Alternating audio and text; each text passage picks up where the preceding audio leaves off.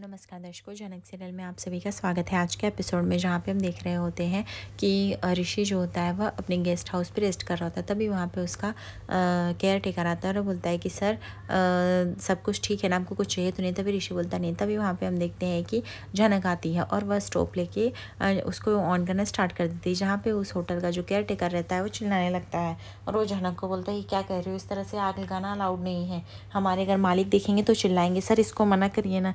तभी यहाँ पे ऋषि समझ नहीं पाता। ऋषि बोलता है जनक ये क्या कर रहे हो। तभी यहाँ पे जनक बोलती है ये काफ़ी बैल बुद्धि है, इसको समझाओ मंगल मामा हम क्या कर रहे हैं। ये स्टोव है, इससे हल्दी जड़ी बूटी गर्म करे। पर ऋषि बोलता है ये गर्म क्यों कर रही हो, क्या तुम्हारी माँ ने बोल दिया क्या यहीं पे तुम खाना बना के खिलाओगी। तभी यहाँ पे बोलती है अरे पागल हो क्या सब लोग, बबूचा को लगता है मैं यहाँ पे खाना नहीं बनाऊंगी, बल्कि मैं यहाँ पे हल्दी गर्म करके आपकी चोट पे लगाऊंगी ताकि आपका चोट अच्छे से ठीक हो जाए।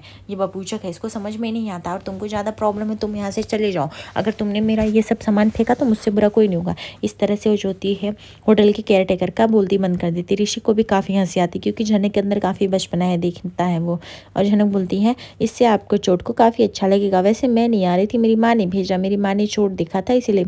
मंगल मामा आप जरा मदद करो और देखो ये मेरा फेंकने ना पाए स्टोव, मैं इनको फटाफट मदद करो, मैं इनको लगा देती हूँ। उसके बाद मंगल जो होता है वह पैर पकड़ के ऋषि का हेल्प करता है। तभी यहाँ पे झनक ज्योति जैसे ऋषि का पैर देखती है शौक हो जाती, बोलती है देख रहे हो मंगल मामा कितनी चोट लगी है, इतनी ज़्यादा चोट लगी शहरी बाबू को, फिर भी बोल रहे ठीक है और वैसे भी हमारे बाबूजी की मदद किए थे ना, तो इसलिए हमारा भी फ़र्ज बनता है इनका ध्यान रखें।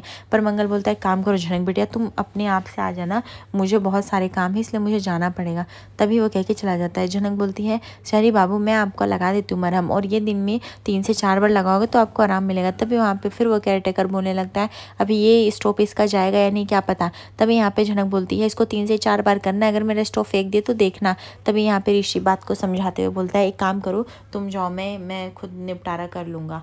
उसके बाद वो पूछता है झनक से इसको कितनी बार मालिश करना रहता है, ये जड़ी बूटी जो भी हल्दी का लेप है कब तक लगाना है। तभी झनक बोलती है इसको 3 से 4 बार लगाओगे ना, उसके बाद आपके जो पैरों का दर्द है वो अचानक से गायब हो जाएगा। तभी बोलता है अच्छा ठीक है, लेकिन तुम्हें इतना सब करने की ज़रूरत नहीं थी, मेरा ऑलमोस्ट ठीक हो गया था। झनक बोलती है ऐसे कैसे ज़रूरत नहीं थी, वैसे भी ये सारा दर्द छूमंतर कर देता है, ठीक है। उसके बाद ऋषि को अच्छा समझ, ऋषि बोलता है वैसे तुम्हें पता है मेरे साथ ये क्यों हो, क्योंकि तुम्हारा कर्ज मैंने शराब लग गया था, तुम अगर मुझसे भिड़ी ना होती, तुम इस तरह से ना कहती तो मेरे साथ ही नहीं होता है। जनक को एकदम आंखों में आंसू आ जाते हैं। जनक बोलती है आप शहरी बाबू लोग को क्यों लगता है कि हम गांव वाले जब भी आपको देखेंगे तो हम आपको श्राप देंगे, हम अच्छी नज़र से भी देखते हैं, हम नहीं चाहते किसी का बुरा हो। यह कह के वो रोने लगती है। तभी यहाँ पे ऋषि बोलता है मुझे ऐसा क्यों लग रहा है कि तुम अपने बाबा को याद करके रो रहे हो। तभी यहाँ पे जनक बोलती है नहीं ऐसा नहीं, मैंने जिसे देखा ही नहीं, मैं उनके लिए मैं कैसे रो सकती हूँ, मेरी तो कहानी ही अलग है। ऋषि बोलता है देखो जनक अगर कुछ ऐसा है तो तुम हमें बता सकती हो। तभी यहाँ पे जनक बोलती है अपने बाबा को तो देखा नहीं, जो थे वो पराशर बाबूजी ही थे। तभी यहाँ पे ऋषि बोलता है कि ठीक है, लेकिन तुम यहाँ पे कैसे, मतलब तुम्हारी माँ से कभी मिलने नहीं। जनक बोलती है मेरे बाबा पता नहीं कौन है, पता नहीं हो सकता उनकी दूसरी बेटी उनके साथ रह रहे हो, उन्होंने तो मेरी माँ को कभी पीछे मुड़कर देखा ही नहीं और अकेला छोड़ दिया माँ को इस जंगल में। लेकिन मैं एक बार जाऊँगी, मैं जब मिलूँगी उनसे तो मैं हज़ारों सवाल करूँगी और सबसे पहले सवाल तो यही रहेगा मेरा उनसे कि उन्होंने ऐसा क्यों किया जिसकी वजह से माँ को इतनी तकलीफ़ें सहनी पड़ी हैं। मैं अपनी माँ को यहाँ से दूर लेके जाऊँगी, लेकिन मैं कुछ भी नहीं जानती, पर मैं शहर में किसी भी तरह उनका पता ढूंढूंगी। दूसरी तरफ देखते हैं मून जो होती है वो फादर्स डे के सेलिब्रेशन के सब कुछ डेकोरेट करके रखती है और वो अर्शी को बोलती है बाबा कहाँ है। अर्शी बोलती है किसी मीटिंग से बाहर गए हैं, वो आ ही रहे होंगे। दूसरी तरफ यहाँ पे अंजना और जेठू यानी बबलू कहते बहुत ही अच्छा डेकोरेशन किया है मून, सच में बहुत ही दिल को छू जाने वाला डेकोरेशन है। तभी यहाँ पे मून बोलती सच में बाबा को पसंद आएगा ना, वैसे भी हर साल मैं फादर्स डे मनाती हूँ बाबा को स्पेशल फील कराने के लिए। तभी अर्शी बोलती है ऋषि से बात हुई थी कि नहीं। मून कहती हाँ हुई थी मम्मा, चलो लगता है पापा आ गए। उसके बाद यहाँ पे मून जाती है और वो बोलती है कि आप ऐसे घर में नहीं आ सकते हो, आपका आँख बंद करके लेके जाना पड़ेगा, इसलिए नो चीटिंग, जो मैं कहूँगी वो करना पड़ेगा आपको। तभी यहाँ पे निरुद्ध बोलता है अच्छा ठीक है बाबा चलो तुम लेके। उसके बाद मून जो होती है वो सरप्राइज़ देने के लिए निरुद्ध को लेके आते हैं। निरुद्ध पूरी से शौक हो जाता है, खुश भी हो जाता है। बोलता है वैसे कहने को तो मेरी बेटी कॉलेज की टीचर, लेकिन करती छोटे बच्चों जैसा व्यवहार ही है एकदम से। दूसरी तरफ यहाँ पे झनक जो होती है सब कुछ बयां करती है कि उसने बहुत स्ट्रगल किया, वो भी चाहती है उसके बाबा हों लेकिन होते नहीं। तभी यहाँ पे ऋषि बोलता है वैसे आज तुम्हें पता है फादर्स डे है। तभी यहाँ पे जनक बोलती फादर्स डे क्या होता है, तभी यहाँ पे ऋषि बताता है सब लोग फादर्स डे सेलिब्रेट करते हैं, अपने पिता को स्पेशल चीज़ फील कराते हैं। दूसरी तरफ यहाँ पे मुन बोलती है अब मैं बहुत बड़ी हो गई हूँ, है ना। तभी यहाँ पे अनिरुद्ध बोलता है हाँ, लेकिन शादी से पहले मैं तुम्हारा एक गिफ्ट देना चाहता हूँ हर फादर्स डे को, क्योंकि हर फादर्स डे मनाने के लिए मैं इतना लकी हूँ क्योंकि तुम जैसी बेटी मुझे मिले। तभी अर्शी बोलती क्या तुम मेरे लिए गिफ्ट नहीं लाए। तभी यहाँ पे अनिरुद्ध बोलता है अब क्या मैं तुम्हारा भी फादर बन जाऊँ, पापा बन जाओ। तभी अर्शी बोलती है हमेशा उल्टा बोलना ज़रूरी है क्या, पापा बनोगे तभी तुम मेरे लिए गिफ्ट लाओगे, एक पत्नी होने के नाते तो मुझे गिफ्ट दे ही सकते हो। और वैसे भी मून कैसे आई है तुम्हारी ज़िंदगी में, मेरी ही वजह से ना। तभी यहाँ पे अनिरुद्ध को याद आता है कि मून जो है वो झनक की ही वजह से आई थी, अगर झनक ने उस दिन मून नहीं दिया होता तो शायद आज वो मून उसके साथ नहीं होते। तभी यहाँ पे अर्शी बोलती अब बताओ मैंने अपनी बेटी दिया, पैदा किया, उसको अपनी कोख से जन्म दिया, मैं इतना भी डिज़र्व नहीं कर सकती हूँ। तभी यहाँ पे बोलती है जनक कि उन लोग को पापा दिवस क्यों मनाना रहता है, जिनके पास पापा है ऑलरेडी, मेरे पास तो पापा भी नहीं है। दूसरी तरफ यहाँ पे अनिरुद्ध बोलता है वैसे मैं बहुत खुश हूँ, I am so proud of you कि मुझे तुम जैसी बेटी मिली, कोई भी दिक्कत ही नहीं। तब यहाँ पे मून बोलती है हाँ पापा, और वैसे भी आप बहुत ही अच्छे हो। उसके बाद हम देखते हैं वो लोग केक कटिंग होता है, सेलिब्रेशन होता है। अब उसके बाद यहाँ पे अच्छे से एक फ़ोटो जो प्यारी सी सेल्फी क्लिक होती हैं। तभी यहाँ पे ऋषि बोलता है कि क्योंकि उनको अच्छा स्पेशल फील कराने के लिए होता है, जब तुम्हारे पापा होंगे तो तुम्हें भी समझेगा। इस दिन लोग कुछ भी करते हैं, केक लेके आते हैं, डेकोरेशन करते हैं, जो भी करना रहता है करते हैं। तो इसी तरफ हम देखते हैं यहाँ पे ईशानी का हस्बैंड बोलता है दीदी हम मेरे कुछ क्लाइंट आने वाले हैं और ईशानी खाना बना रही है। तभी उसकी दीदी भड़क जाती है, बोलती है कि वाह ये तो बहुत अच्छा है, मुझे तो कुछ बताना किसी ने ज़रूरी ही नहीं समझा। तभी ईशानी आती है, ईशानी के हस्बैंड बोलती कि तुमने दीदी से क्यों नहीं पूछा। तभी ईशानी बोलती दीदी से पूछने की क्या ही ज़रूरत थी, आपने मुझे जितना भी लिस्ट में सामान दिया था मैंने वो सब देख लिया था और मैंने उसी अकॉर्डिंग मंगना लिया। और दीदी सुबह सोती हैं और लेट से उठती हैं तो मैं उनको जगा के मैं क्या ही कर लूँगी। तभी उसकी दीदी बोलती तो रात में जगा दिया होता। तो ईशानी बोलती मैं रात में भी नींद कैसे डिस्टर्ब करती। और वैसे भी उन्होंने जो बोला था वही, अगर इफ़ कुछ एक्स्ट्रा ऐड करना भी रहता तो मैं ज़रूर आपसे आके पूछती या घर वालों का खाना रहता, सब बाहर का खाना था। तभी यहाँ पर उसकी दीदी बोलती कि इससे बढ़िया तू बाहर से नहीं मंगा सकता था किसी होटल से। तभी उसका पति बोलता है होटल का क्या ही मजा है दीदी, ईशानी भी अच्छा ही खाना बनाती। तभी पीहू आती है, बोलती डैड कैसे हो। तभी दूसरी तरफ ईशानी जो थी पीहू को याद दिलाती, पीहू तुम्हारा गरम गरम दूध है, पी लो नहीं तो भूल जाओगे। पीहू बोलती है पहली बात तो आप लेक्चर देना बंद करिए, मेरी माँ भी बनना बंद करिए, आपको ये सबसे थकावट नहीं होती है। दूसरी तरफ देखते हम यहाँ पे यश और अंकिता आ जाते हैं। यश पूछता है अपने डैड से कैसे हो। उसके डैड बोलते हैं मैं ठीक हूँ बेटा, वैसे भी आज मेरे क्लाइंट आने वाले हैं, ठीक है, इसलिए प्लीज़ तुम लोग अच्छे से रेडी रहना। तभी अंकिता बोलती इसीलिए अंकल आपने मुझे भी बुला लिया है। या श्योर, बहुत ही अच्छा किया है आपने।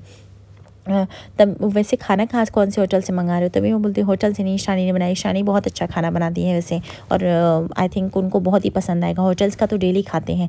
ये सुनकर लोग शौक हो जाते हैं, बोलती इसके हाथ से तो खाना क्या ही अच्छा बनेगा। तभी यहाँ पे उसके डैड बोलते हैं कि एटलीस्ट उनको एक बार टेस्ट तो कर लो तुम लोग। पीहू बोलती पापा मुझे तो एक बात नहीं समझ में आती है, आपने इसमें ऐसा क्या देख के इससे शादी कर ली है, ना इसका रंग रूप आकार, ना इसका रहने का ढंग, बोलने का ढंग, सब कुछ अलग है, और कहाँ पे IPS ऑफिसर बनने वाली थी। तभी यहाँ पे ईशानी बोलती है यश तुम्हारा भी नाश्ता रेडी है, चल के तुम खा लो। यश बोलता है हाँ ठीक है मैं खा लूँगा। दूसरी तरफ हम देखते हैं यहाँ पे सब लोग मिलके ईशानी का इंसल्ट करने लगते हैं, और पीहू खास करके। पीहू बोलती है तुम्हारा अगर सब कुछ बन के हो गया तो तुम जाओ, तुम इस घर की मेड हो, इससे ज़्यादा कुछ भी नहीं। तभी ईशानी बोलती है हाँ मेड ही समझो, तुम्हारे बाबा मुझे इस घर में लाया है तुम लोग की देख रेख करने, अगर मैं उतना भी ना कर पाऊँ तो मेरा इस घर में रहना बेकार है। तुम्हारा दीदी का, यश का, सबका देखभाल करने के लिए, और एक लड़की को सारी जिम्मेदारी वहन करनी चाहिए, खाना पकाने से लेके सब कुछ। अब अंकिता को ही देख लो, कल को अगर तुम्हें खाना पकाने आएगा तो अच्छा रहेगा। मैं ये नहीं कहती तुम्हें इस घर में आके काम करना है, बट यश को हो सकता है कभी मन हो कि कुछ अच्छा बनाए, उसकी बीवी ला के दे, तो तुम कैसे करोगे। दूसरी तरफ हम देखते हैं यहाँ पे पुतुल के पापा और मम्मी आपस में बात करते हैं, यानी इंदुमती जी, जहाँ पे वो बताती हैं कि पुतुल की बदतमीजियाँ बढ़ती जा रही, पता नहीं हमने कौन से जन्म में क्या पाप किया था जिसकी वजह से हमारे घर में से अशांति फैली रहती है। 2 दिन के बाद जब हम शादी कर देंगे ऋषि का मून के साथ, और वो अदिति आएगी तो कैसे एडजस्ट करेगी, वो तो क्या ही सोचेगी, और हमारी इमेज ही ख़राब हो जाएगी। तभी हम देखते हैं वहाँ पर तनुश्री आती। तनुश्री बोलती है कि बोधी और दादा मुझे ऐसा लग रहा है कि आप लोग कुछ ज़्यादा एग्रेसिव हो रहे हैं पुतुल के लिए, उसे प्यार से भी तो समझाया जा सकता है, वो दिल के भी तो अच्छी है और कितना कुछ करती है, एक इतना तो हम नहीं भूल सकते। तभी यहाँ पे बोलते हैं उसके बाद वो अब नहीं सुधरने वाली है, तुम्हें नहीं पता, और अगर एक गलतियाँ हो तो 100 अच्छाई पे भी भारी पड़ती हैं। जहाँ पे उसकी माँ बोलती है और तुम देखी हो कि किस तरह से उसका पायल का बिहेवियर है, वो बहुत ही गलत है। तनुश्री बोलती ठीक है, लेकिन कभी कभी एक अच्छाई भी बहुत अच्छी चीज़ों के लिए होती है। दूध में तभी उसके बाबा बोलते दूध में एक नींबू का छींटा भी पड़ जाए तो दूध का सत्यानाश हो जाता है। दूसरी तरफ हम देखते हैं कि यहाँ पे उसकी बुआ बोलती हाँ क्यों नहीं, खाना तो बनाना पड़ेगा, वैसे छोड़ो, इससे क्या ही उम्मीद कर सकते हैं, ये तो खाना भी अच्छा नहीं बनाती। कहाँ हमारी सुहासनी थी, इतनी अच्छी थी, और कहाँ पे ये कोई मैच की तालमेल ही नहीं है। तो पीहू बोलती सच में ये मम्मा का तो मेल मैच तो कर ही नहीं सकती, सिर्फ मम्मा बने की एक्टिंग करने को बोल दो इसको, इसके अलावा आता है क्या है। अभी यहाँ पे ईशानी के हस्बैंड जो थे इस घर के परपन से दूर रहने के लिए ईशानी को बोलते हैं ईशानी काम करो, तुम किचन में जाओ, देखो सारी तैयारी है कि नहीं। तभी हम देखते हैं इनका जो मेन गेस्ट रहता है वो जीत ही रहता है, और जीत का दोस्त रहता है, जहाँ पे वह अपने गेस्ट का अच्छे से वेलकम कर रहे थे। जहाँ पे ईशानी के पति जो थे वो सारे अपने बच्चों को बुलाते, बोलते आओ यहाँ पे डैड से लाइक हमारे क्लाइंट से मिलो, और वो ईशानी को आवाज़ देते ईशानी अगर चाय हो गया हो तो लेके आओ। ईशानी जो थी चाय बना रही थी, चाय लेके जाती है, लेकिन जैसे वो चाय लेके पहुँचती है और जीत का चेहरा देखती है, शौक हो जाती है पूरी तरह से। उसको समझ में नहीं आता कि आखिर जीत यहाँ पे कहाँ से पहुँचा। जीत जो था ईशानी को देखता है और काफ़ी खुश हो जाता है, क्योंकि उसको फिर से सड़क पे नीचे गिराने का एक और टाइम आ गया है, जहाँ पे वो लेके जाता है और मिठाई देता है, और यहाँ पे बोलता है भाभी जी मिठाई लीजिए, बच्चों को दे दीजिएगा। जहाँ पे ईशानी का हस्बैंड बोलता है अरे इन सब की क्या ज़रूरत थी, लेकिन ईशानी सब समझ रही थी जीत का चाल। जहाँ पे तनुश्री बोलती हैं दादा हमें इतना सख्त नहीं बनना चाहिए, पुतुल काफ़ी कोमल है, उसका शादीशुदा ज़िंदगी अभी अभी ख़राब हुआ है, इसलिए वो डिस्टर्ब रहती है, हमें समझना पड़ेगा। तभी दूसरी तरफ देखते पुतुल जो थी गाना गाना स्टार्ट कर देती है। तनुश्री बोलती देखा दादा आपने, ये पुतुल की ही आवाज़ है ना, देखिए उसकी आवाज़ में कितनी शांतता है, कितनी तीव्रता है, कितनी अच्छे से गा रही। तब उसकी माँ बोलती है आज हमारी पुतुल ने गाना गाया इतने सालों के बाद, अच्छा है वो गाना गा रही है, मुझे तो बहुत ही अच्छा लग रहा है, उसकी आवाज़ में एक अलग ही दर्द है, ऐसा लगता है जैसे मन को ही मोह लेता है। तभी उसके बाबा बोलते हाँ वही पुतुल गाना गा रही है, मतलब वो धीरे धीरे इस चीज़ से बाहर निकल जाएगी, बस गाना गाते गाते सब कुछ ठीक हो जाए तो अच्छा रहेगा। तभी यहाँ पे उसके बाबा बोलते हैं अब मुझसे नहीं रुका जा रहा है, मेरी बेटी गाना गा रही है, मुझे जाना ही पड़ेगा। तभी हम देखते काजू और तनुश्री के हस्बैंड भी आते हैं, यानी ऋषि के बाबा बोलते हैं चलो चलो दादा हम जल्दी चलते हैं, पुतुल इतना अच्छा गाना गा रही है, हमें वेट नहीं करना चाहिए, हमें जल्द से जल्द वहाँ पहुँचना चाहिए। वो लोग बाहर खड़े होकर पुतुल का गाना सुनते हैं, जहाँ पे उसके बाबा से रहा नहीं जाता और वो पुतुल के पास जाते हैं, जहाँ पे वो पुतुल का साथ देते हैं और उसके साथ सुर से सुर मिला के गाना गाते हैं, जहाँ पे पुतुल काफ़ी इमोशनल हो जाती है और वो अपने बाबा के गले लग जाती हैं।